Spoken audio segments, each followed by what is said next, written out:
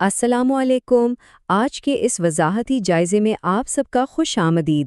یہ خاص گائیڈ ہم نے اس لیے تیار کی ہے تاکہ ہم اپنے بچوں کے سونے کے اوقات میں پیاری اور ایمان افروز اقدار کو بڑی آسانی کے ساتھ شامل کر سکیں۔ تو چلیں بنا کسی دیری کے سیدھا آغاز کرتے ہیں اور دیکھتے ہیں کہ ان بہترین کہانیوں کے ذریعے ہم بچوں کے دلوں کو کیسے روشن کر سکتے ہیں۔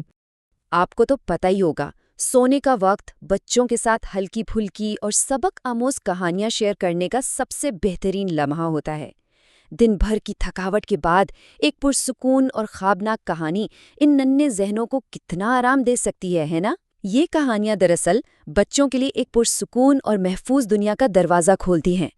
آج ہم اس سفر میں 4 اہم باتوں پر غور کریں گے۔ پہلا، اللہ کی رہنمائی پر توکل۔ دوسرا، دعا کے ذریعے سکون کی تلاش۔ تیسرا، سچے اعمال کی اہمیت۔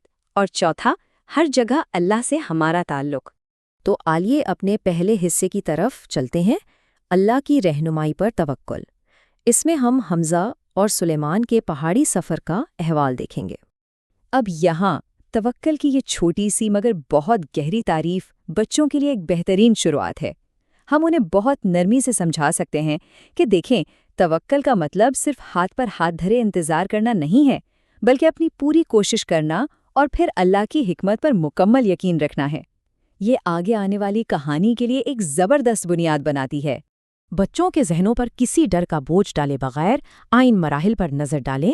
جب حمزہ اور سلیمان راستہ بھول کر ڈر گئے تو انہوں نے رونے یا گھبرانے کے بجائے سب سے پہلے اپنے خالق سے مدد مانگی اور دعا کی۔ اور جانتے ہیں پھر کیا ہوا؟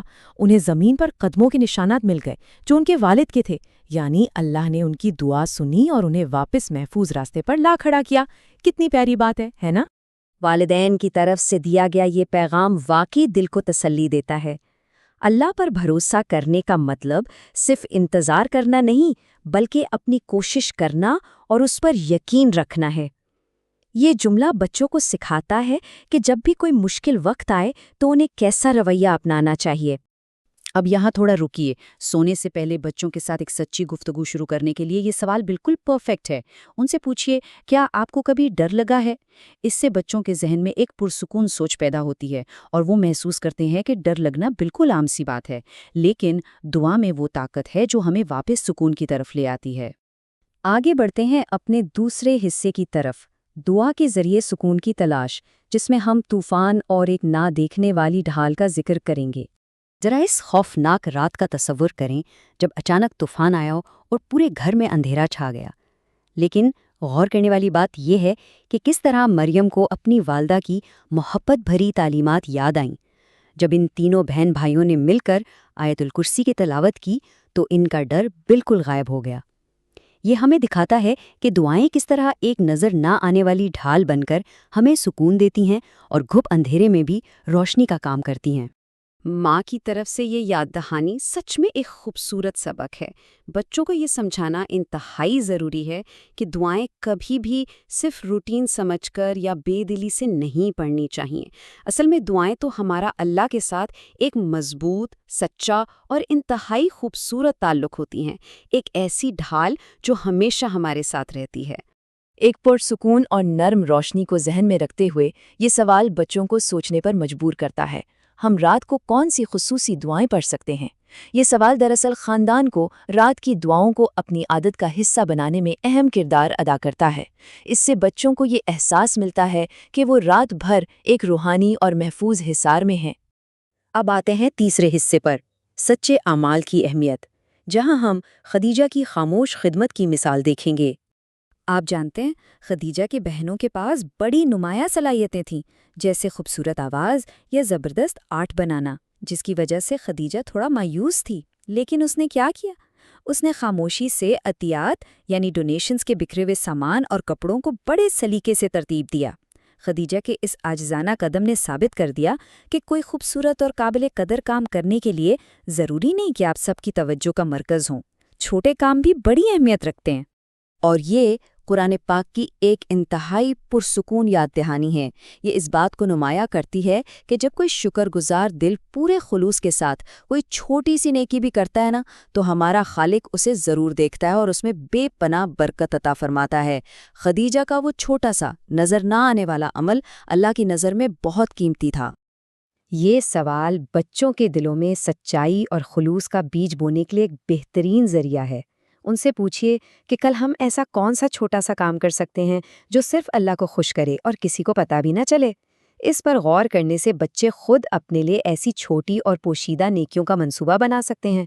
یقین مانیں، نیکی کا یہ تصور بچوں کی شخصیت اور کردار سازی پر بہت گہرا اثر ڈالتا ہے۔ اب ہم بڑھتے ہیں اپنے چوتھے اور آخری حصے کی طرف، ہر جگہ اللہ سے تعلق، ستاروں سے لے کر باغ تک۔ ان دو مناظر کے درمیان اس خوبصورت فرق کو دیکھیے۔ ایک طرف وہ خلاباز ہیں جو کشش ثقل کے بغیر زمین سے میلوں دور خلا میں بھی اللہ کے سامنے جھکنے کے لیے قبلہ تلاش کر رہے ہیں، اور دوسری طرف مریم ہے جو اپنے چھوٹے سے گھر کے صحن میں ایک پیاسے پرندے کی دیکھ بھال کر رہی ہے۔ یہ دونوں بالکل مختلف مثالیں ہمیں دکھاتی ہیں کہ ایمان کا عملی مظاہرہ آپ کسی بھی جگہ، کسی بھی مقام پر کر سکتے ہیں۔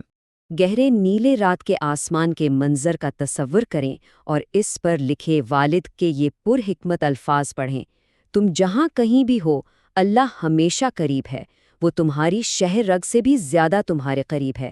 یہ الفاظ روح کو کس قدر سکون بخشتے ہیں۔ یہ بچوں کو احساس دلاتے ہیں کہ چاہے وہ خلا کی بلندیوں میں ہوں یا زمین پر، اللہ ان کے سب سے قریب ہے۔ یہ دونوں مختلف حالات ہمیں یہ یقین دلاتے ہیں کہ یہ پیاری اقدار ہر جگہ اور ہر ماحول میں سکھائی جا سکتی ہیں، چاہے بات ستاروں تک پہنچنے کی ہو یا گھاس پر کھیلتے ہوئے کسی چھوٹے سے پرندے پر رحم کرنے کی۔ اللہ کے ساتھ جڑنے کا موقع اور نیکی کرنے کا راستہ تو ہر جگہ موجود ہوتا ہے نا؟